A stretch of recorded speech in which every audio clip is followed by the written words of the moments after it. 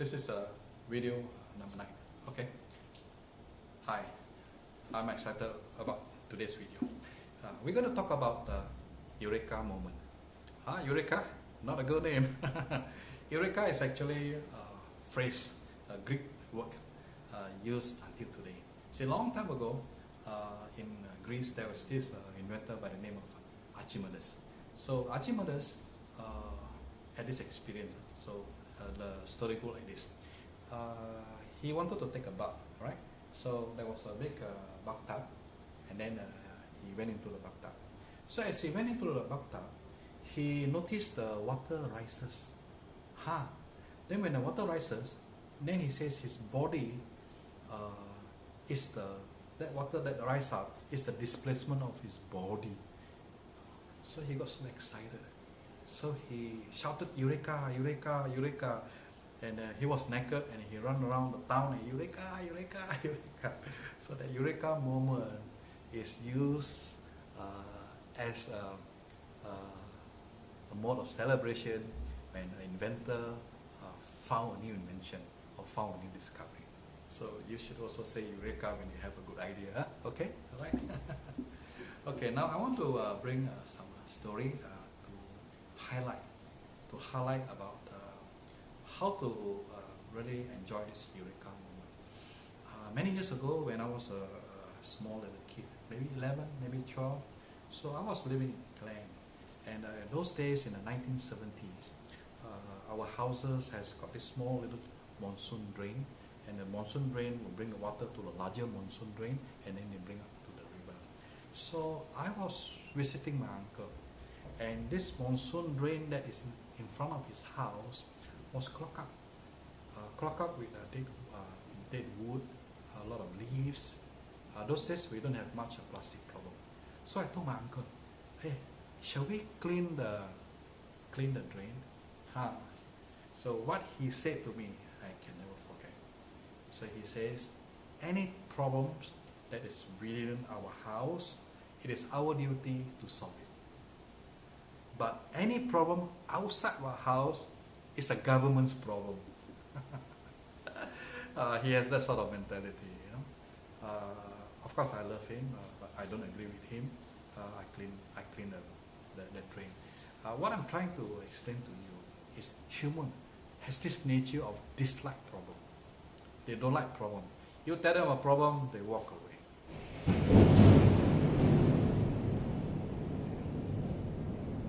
Lightning. I am sure you have faced such situation in your company, in schools, when you were in university. You will notice a lot of people run away from problem. They don't want to face the problem. They say, "Look, that's not my problem." So my uncle was right in that sense. But you and I, we are inventor. We actually have to embrace problem, because it is problem that give us the chance to come up with a solution, to invent something. You see, that's our purpose.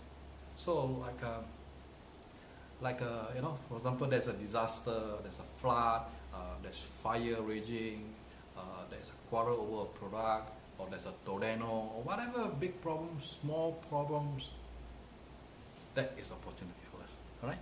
So in fact, there's a Chinese old saying that says, "Beneath every disaster, there's an opportunity."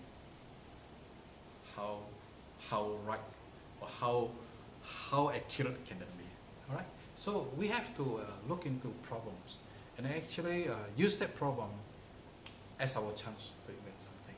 Okay. So before I go off, I want to tell you about this general, the Chinese general whom I admire a lot. His name is Zhuge Liang. Zhuge Liang lived at a time where there's 3 kingdoms, right? He was one of the kingdom. He was a politician. He is a military strategist. Of course, he win many wars, and he's also a poem writer. He's creative. He play a lot of music. He's a poem writer. He's really a creative guy, and he's also an engineer. He built a lot of bridges. He built a lot of those wall, fort, buildings and so forth. More importantly, I want to tell you this: he's also an inventor. All right. So he invented many things. but I want to bring out two of his invention, which is worth sharing here with you. All right. So in China in those days, they have this arrow, and the soldier have to shoot one arrow at a time. So this arrow is slow, right? But because he wants to win war, so he created like a sub machine gun, that the arrow replaced by itself, the arrow replaced by itself, the arrow replaced by itself, and then it goes faster, and that's how he can defeat the enemy. Just like a machine gun. Isn't it clever? I thought it was very clever. Then the second thing that he invented, which is still used until today, that is a lantern. A lantern called Ming lantern. This Ming lantern, the story go like that. So he was fighting with some of the other kingdoms. So he was losing out, and he was being cornered. He cannot escape. Because he cannot escape, that's his problem. Then he then think of an idea how to solve it. So he has this lantern, alright. Then he put in the candle. Then as the candle heat up, he created hot air inside the lantern, and then the lantern can float.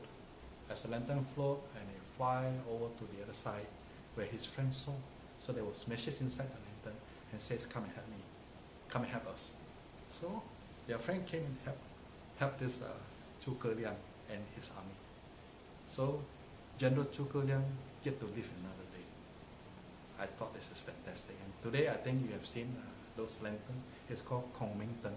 In fact, Zhuge Liang has a common name. His common name is Ming, and the lantern is named after him, Ming lantern.